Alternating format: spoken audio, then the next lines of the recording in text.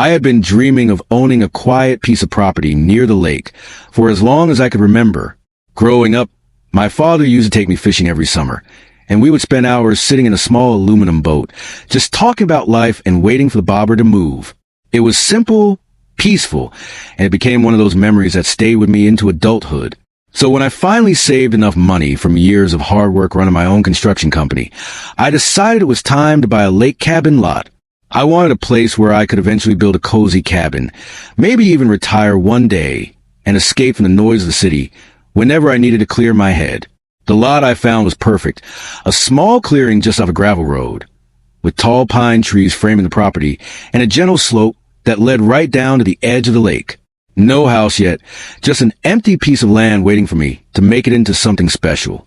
I had big plans for that lot, a small cabin with a wraparound porch, a fire pit for summer nights, and maybe even a dock for a fishing boat. The first time I stood there, listening to the sound of the water lapping against the shore, I knew I had made the right choice. At first, everything was going smoothly. The property had been sitting empty for a while, so I took a few weekends to clean it up. I mowed the overgrown grass, trimmed back the brush, and even marked out where I wanted to put a foundation for cabin. I was proud of what I was building. Not just a future house, but a future sanctuary for myself, my friends, and my family. I kept to myself mostly, but I did meet a few neighbors while working on the lot. Some were friendly, waving as they drove by, while others just stared suspiciously like I was some stranger invading their territory. It wasn't until a few weeks later that I learned about the HOA, the dreaded homeowners association that apparently governed everything in this lakeside community. I had heard horror stories about HOAs before, but I figured as long as I followed the basic rules and paid whatever dues they required, I wouldn't have any problems. Unfortunately, I was dead wrong. The first real issue started when I noticed an unfamiliar RV parked on my property one Friday evening. At first, I thought maybe a friend or a family member had decided to surprise me, but when I got closer, I realized I had never seen this RV before in my life.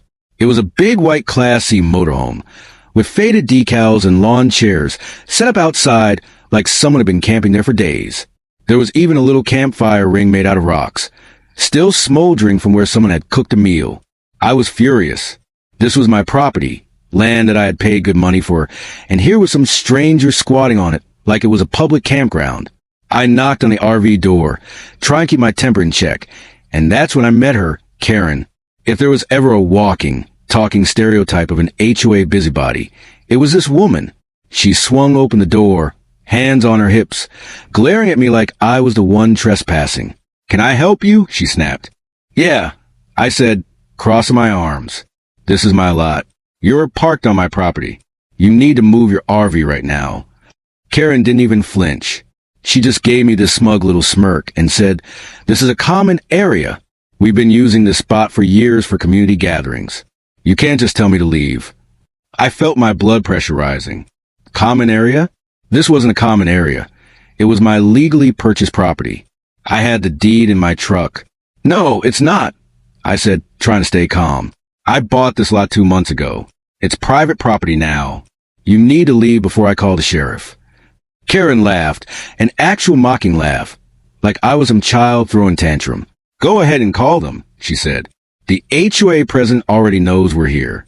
You can't build on this lot without HOA approval anyway, so you might as well get used to sharing the space." That was when I realized I wasn't dealing with just some random camper. This was going to be a full-blown HOA nightmare. I walked back to my truck, grabbed the folder with my deed and property paperwork, and brought it back to show her. "See this?" I said, holding it out. "This is my name. This is my lot. You have no legal right to be here. If you don't move your RV tonight, I will have it towed first thing in the morning." Karen just rolled her eyes and slammed the door in my face. I stood there for a moment, fuming, before finally deciding to leave for the night and call the county sheriff in the morning. When I came back the next day, not only was the RV still there, but Karen had invited more people. There were now 2 other cars parked on my lot, kids running around, and a pop-up canopy set up like they were throwing a party. It was the most blatant display of disrespect I had ever seen. I didn't even bother arguing this time. I drove straight to the sheriff's office and filed a trespassing complaint. The deputy on duty was sympathetic, but told me it might take a day or 2 to get someone out there because they were short-staffed that weekend. That was the moment I knew I was going to have to handle this myself if I wanted anything to get done. That night, I started making calls to a towing company I had used before for my construction business. I explained the situation, gave them the address, and they agreed to come out first thing Sunday morning. I showed up at dawn and waited for them at the edge of the property, my heart pounding as the tow truck backed up to the RV. Karen came storming out in her pajamas, screaming at me and the tow truck driver, waving her arms like a maniac. "You can't do this. This is harassment," she yelled. "It's not harassment," I said, holding up my paperwork. "It's trespassing. You had your chance to move it voluntarily. Now it's leaving one way or another."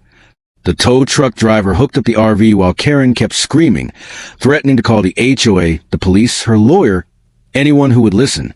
But by the time she made those calls, it was too late. Her precious RV was already halfway down the road on the back of the tow truck. I felt a surge of satisfaction watching it disappear over the hill, but I knew this wasn't over. Karen wasn't the kind of person to just accept defeat. If anything, I had just declared war on the HOA, and they were about to come after me with everything they had. The morning after the RV tow was strangely quiet. I expected to wake up to a dozen angry voicemails, HOA letters shoved under my truck's windshield wiper, or Karen standing at the edge of my lot like a guard dog waiting to pounce. Instead, there was nothing. It almost made me uneasy, like the calm before a storm. I drove out to property later that morning to check on things, half expecting to see the RV mysteriously returned. To my surprise, the lot was empty. No RV, no cars, no kids, not even a folding chair left behind. It felt like I had finally reclaimed my space, and for a brief moment, I thought maybe, just maybe, Karen had learned her lesson. That moment didn't last long. The following day, I found an official-looking envelope taped to my front door back in town. It had the HOA letterhead on it, and inside was a notice accusing me of harassment of community members, unauthorized towing of resident property, and violation of common area use policy. My jaw nearly hit the floor. They were accusing me of breaking the rules on my own land, a lot I paid for fair and square, and threatening me with fines if I didn't attend a mandatory HOA disciplinary hearing the next week. That was when I realized how bad this could get. HOAs have a reputation for being relentless, and it was clear these people weren't going to stop until they had bullied me into compliance or forced me to sell the lot. I wasn't about to let that happen. That night, I dug through every document I had, the deed, the purchase agreement, the county plat maps, and confirmed what I already knew. My property was not subject to HOA control. It was technically part of the same lakeside community, but the previous owner had never opted into the HOA agreement. That meant their rules didn't apply to me. They couldn't find me. They couldn't hold a hearing about me, and they definitely couldn't tell me who could or couldn't park on my land. Armed with that information, I decided to show up to their so-called hearing. Anyway, not to apologize, but to set the record straight. The day of the meeting, I walked into the HOA clubhouse and immediately felt every eye in the room on me. Karen was sitting in the front row with her arms crossed, smirking like she had already won. Next to her was the HOA president, a balding man named Frank with the kind of attitude that screamed retired hall monitor. He banged a little wooden gavel on the table and started the meeting like it was some kind of courtroom drama. "Mr. Harris," he said, "you are here today to answer for your violations of our community rules." I didn't even sit down. "First of all," I said, holding up my paperwork, "your community rules don't apply to me. This lot isn't part of the HOA. I'm not a member, and I never will be. Second, your resident property was illegally parked on my land. I gave them 24 hours to move before I had it towed, which I had every legal right to do." Frank's face turned red. "Sir, that lot has been used for years as a community gathering space," he said. "We will not allow you to disrupt our traditions." I couldn't help but laugh. "Traditions? You mean trespassing? Because that's what it is when you park on someone else's private property without permission." Karen jumped to her feet at that point, shouting that I was a bully and that I had traumatized her family by having their RV towed. The room turned into chaos as several other board members started arguing about whether they could legally force me to join the HOA. I stood there calmly, letting them yell for a few minutes before finally slamming my paperwork down on the table. "I'm done with this circus," I said. "If any of you step foot on my lot again without my permission, I will press charges." This is the last warning you're going to get." I turned and walked out without waiting for a response. As soon as I got outside, I could hear Karen yelling behind me, threatening to make my life hell if I didn't cooperate. I didn't even look back. I was angry, but I was also determined. This wasn't just about my land anymore. It was about standing up to people who thought they could control everyone around them.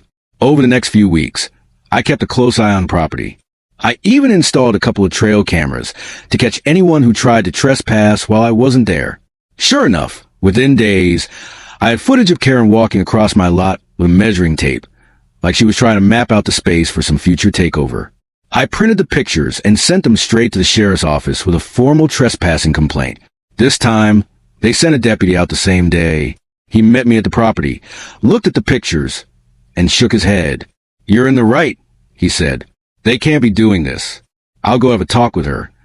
Watching the deputy drive over to Karen's house and knock on her door was one of the most satisfying things I've ever experienced. She came out looking smug at first, but that smugness quickly faded as the deputy explained the situation. I couldn't hear the whole conversation, but I saw her throw her hands up, turn on her heel, and storm back inside. A few minutes later, the deputy came back and said, "I warned her. If she sets foot on your property again, we'll cite her. Keep your cameras up, though. Something tells me she's not done." He was right. Karen might have been warned, but she was the type who didn't know how to let things go. A week later, I arrived at the lot to find a giant hand-painted sign staked in the ground right at the edge of my property line. It read, "Community land. Trespassers will be reported." My blood boiled.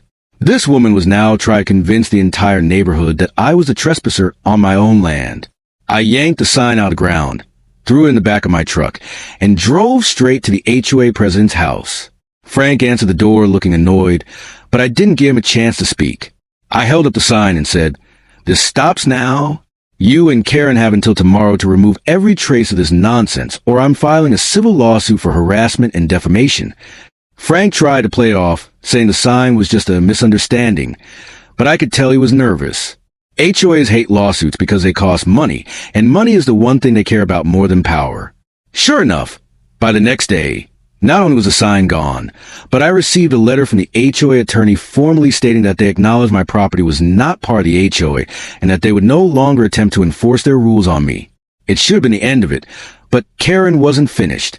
A few days later, I got a bill in the mail from the towing company. Not for my charges, but for the HOAs. Karen had tried to make the HOA reimburse her for the tow, and when they refused, she sent the bill to me personally along with a handwritten note that said, "You owe me for the emotional distress you caused." I laughed so hard I nearly cried. I tossed the bill in the trash and went about my day, but deep down, I knew this was far from over. I thought maybe, just maybe, after the HOA officially backed down, things would finally settle. For a couple of weeks, the lot stayed quiet. No RVs, no parties, no weird signs staked into my ground. I started feeling like I could finally focus on my cabin project again. I poured the concrete footers for the foundation, marked out the floor plan, and even ordered lumber for framing. Every weekend I spent out there felt like a little victory. I was reclaiming the space piece by piece. But deep down, I knew Karen well enough by now to expect some kind of comeback. People like her don't just roll over and give up. They look for new ways to get under your skin. And sure enough, her next move came on a Saturday morning while I was unloading lumber from my truck. I heard the sound of gravel crunching and turned around to see a convoy of cars pulling up to the edge of my lot. At first, I thought it might be more trespassers, but then I saw the familiar face of Karen in the lead car. Behind her were 3 SUVs and a pickup truck, all filled with HOA members. Before I could even say a word, they started unloading tables, folding chairs, and coolers right on the roadside, just outside my property line. What the hell is this? I called out, wiping the sweat off my forehead. Karen got out of her car with that same smug grin she always wore when she thought she was winning. "We're having a community meeting," she said. "And since you won't allow us to use a lot anymore, we're doing it right here. Perfectly legal, public right-of-way." I clenched my jaw. She wasn't technically wrong. The strip of land where they were setting up was county right-of-way, not my property. But it was close enough to feel like she was doing it just to spite me. Within minutes, the group had turned the roadside into a full-blown tailgate party. Music was blasting, kids were screaming, and people were parking wherever they felt like it, blocking the road. It wasn't just a meeting, it was a statement. I called the sheriff again, this time more frustrated than ever. They're blocking traffic. I said, they're harassing me. Isn't this some kind of disturbance? The deputy who came out was sympathetic, but limited in what he could do. They're technically allowed to be on the county right of way, he explained. But they can't block the road. I'll make them move the cars at least. I watched as he went over to Karen and had a brief exchange. She made a big show of waving her arms and pointing at me, but eventually they did move the cars far enough to clear the road. Still, the party went on for hours, right there at the edge of my lot, with Karen constantly looking over and making snide comments loud enough for me to hear. By the time they finally left, I was boiling. I had half a mind to call my lawyer and sue the whole neighborhood, but I decided to keep my cool. I didn't want to give Karen the satisfaction of seeing me snap. Instead, I doubled down on finishing my cabin. I worked longer hours, pushing it to frame up, and even brought a few buddies out to help me put up walls and a roof. The faster I could finish the cabin, the faster I could have a lockable space to protect my property from anyone trying to mess with it. But Karen wasn't done. About a week later, I came out to property early in the morning and noticed something strange. Several piles of trash dumped in the middle of my lot, bags of household garbage, broken furniture, even a busted old lawnmower. It looked like someone had cleaned out a garage and decided my land was the new town dump. I checked the trail camera footage, and sure enough, there was Karen's SUV pulling in late at night, headlights off, and her and a man I assumed was her husband throwing bags out the back before speeding off. That was the final straw. I didn't just call the sheriff this time. I drove straight to the county courthouse and filed a restraining order. The clerk at the counter was shocked when I showed her the evidence. "You got her on video?" she asked. I nodded. She helped me fill out the paperwork, and within 2 days, a judge signed off on it. Karen was officially barred from setting foot on my property or coming within a certain distance of me. When the deputy served her with the papers, she completely lost it. I was standing nearby when it happened, and she started screaming about how I was ruining her life and how she was going to make sure I never finished that cabin. The deputy had to tell her to calm down or risk getting arrested on the spot. For a moment, I thought that might finally scare her off. But if anything, it seemed to make her more determined. 2 nights later, I was woken up at home by a call from one of my trail cameras. I had motion alerts sent to my phone. When I checked the feed, I saw 2 teenagers running across my lot with cans of spray paint, tagging the half-built cabin with graffiti. By the time I got there, they were gone, but the damage was clear. Big red letters scrawled across the plywood walls, spelling out insults like HOA rules and get out. I knew Karen had put them up to it. Maybe not directly, but she had been stirring up the whole neighborhood against me. I spent the next day repainting the walls, seething with anger. My friends told me I should just sell a lot and move somewhere else, but that only made me more determined to stay. Selling would mean Karen won, and I wasn't about to let her drive me out. That week, I decided to take things a step further. I installed a tall chain-link fence around the entire property, complete with a locked gate at the entrance. If Karen or anyone else wanted to set foot on my lot again, they were going to have to climb over 8 feet of metal to do it. And if they did, I'd have them arrested. Sure enough, the first weekend after I put the fence up, I caught Karen standing outside it, shaking the gate and yelling at me while I worked inside. I didn't even acknowledge her. I just held up my phone and pointed the camera on the fence post. She stormed off, but I could tell this was far from over. That night, as I sat on the porch of my half-finished cabin with a beer in hand, I started to realize this whole feud had gone beyond just a property dispute. It was now a battle of wills, a test of endurance. And as much as it exhausted me, a part of me almost enjoyed it. Because every time Karen tried something new, I had a counter. And every time I stood my ground, I could see her losing a little more control. What I didn't know then was that her next move would be the boldest and the most illegal one yet. I should have known that putting up the fence would only escalate things. The following week, I got a call from the county permitting office saying someone had filed a complaint against me for illegal construction on my lot. I drove down to the office to straighten it out, bringing all my permits and receipts with me. The clerk looked at the paperwork and shook her head. "Everything you've done is by the book," she said. but we've had 3 separate complaints coming about your property in the last month. Someone's clearly targeting you. I didn't even have to guess who. Karen was now trying to use the county against me, filing bogus complaints to slow me down and cost me money. At first, it worked. Inspectors kept showing up, checking every little thing I did, nitpicking my bill like they were looking for any reason to shut me down. But every time, I passed inspection because I followed the rules to the letter. After the 3rd visit, one of the inspectors even apologized. "Look," he said, "off the record, I know this is harassment. Whoever is filing these complaints is wasting county resources. We're flagging your property so we stop getting called out unless there's a legitimate reason." That small victory gave me the boost I needed. I pushed hard to get the cabin to lock-up stage, walls, roof, windows, and a door. I wanted it secure before Karen could pull any more stunts. The day I finally locked that front door for the first time, I felt a wave of pride. This was mine. No, HOA, no Karen, no one could take that from me. But Karen wasn't done trying. A few nights later, I came out to property and found the gate wide open. At first, I thought maybe I forgotten to lock it. But when I checked the cameras, I saw 2 masked figures with bolt cutters snapping the chain and pushing the gate open. They didn't go inside the cabin, but they drove a truck into the middle of the lot, spun donuts in the dirt, and tore up the ground I had just graded. I called the sheriff again, filed another report, and this time I took the footage straight to my lawyer. My lawyer, a no-nonsense guy named Dan, took one look at the video and said, "This is criminal trespass and property damage. Let's take it up a notch." He filed a civil suit against Karen and John Doe for damages, naming her directly since we both knew who was behind this, even if the guys in the video wore masks. When the court papers were served, Karen lost it. She showed up at my property screaming through the fence, calling me every name in the book, threatening to bankrupt me and make sure no one in the neighborhood ever spoke to me again. What she didn't know was that by reacting that way, she had just given me more ammunition. I recorded the whole meltdown on my phone and handed it over to my lawyer, who added it to the case as evidence of harassment. Now, Karen wasn't just looking at a restraining order violation. She was looking at civil liability for damages and harassment. That seemed to finally shake her confidence. For a few weeks, things went quiet. Too quiet. I knew she was plotting something big, something that would top everything she had done so far.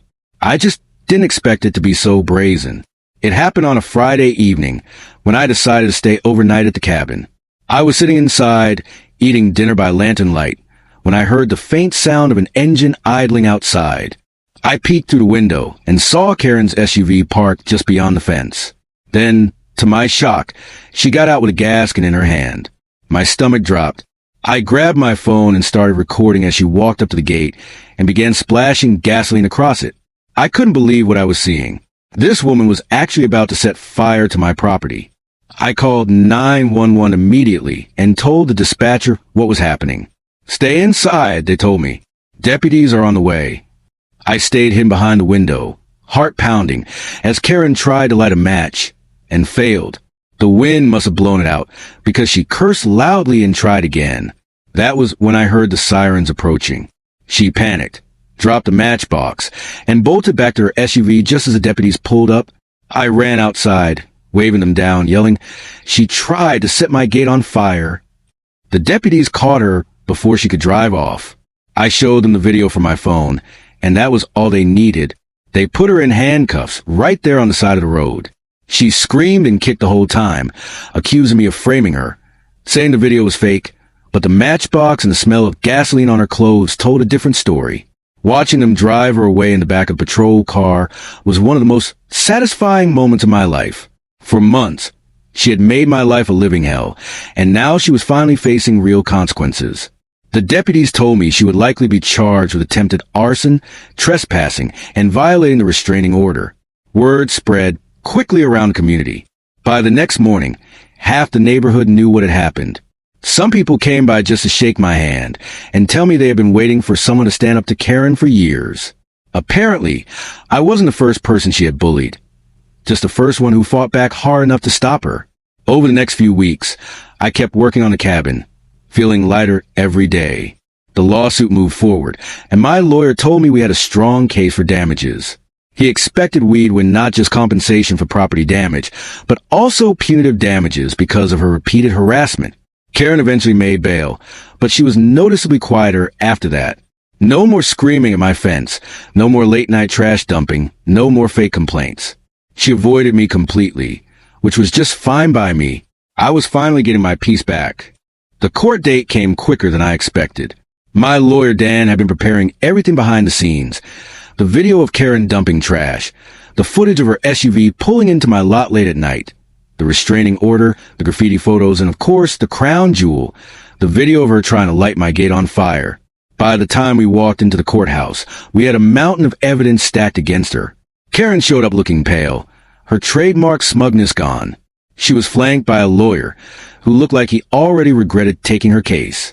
The judge wasted no time. This wasn't a criminal trial. That case was still pending with the DA. But this was my civil suit for harassment and damages. Dan laid everything out methodically, walking the court through months of Karen's escalating behavior. Every time he played a video or showed a photo, I could see the judge's expression harden. Karen's lawyer tried to argue that she had been acting in the interest of the community, but the judge shut that down fast. Acting in the interest of the community does not give you the right to trespass, damage property, or attempt arson, he said. When it was all over, the judge ruled in my favor, and not just a little. He awarded me full compensation for the property damage, legal fees, and punitive damages. Karen was ordered to pay me a sum that made her face go white. It was enough to cover every cent I had spent on security, repairs, and legal work, and still have plenty left over to finish my cabin exactly the way I wanted. But the real victory came when the HOA itself sent me a formal letter, not just acknowledging that I was outside their jurisdiction, but apologizing for any inconvenience caused by actions of individual members. They even voted to remove Karen from the board entirely. Apparently, my case had opened a lot of eyes in the neighborhood about how toxic she had been for years. After the judgment, I didn't see Karen for a long time. Her house went up for sale a few months later, and rumor had it she moved 2 towns over. No one seemed sad to see her go. In fact, some of the neighbors who had once sided with her came by to introduce themselves and make peace. We didn't know she was taking it that far. One older man told me, "She's been running this HOA like her personal kingdom for years. You did us all a favor." With Karen out of the picture, life at the lake finally became what I had always imagined.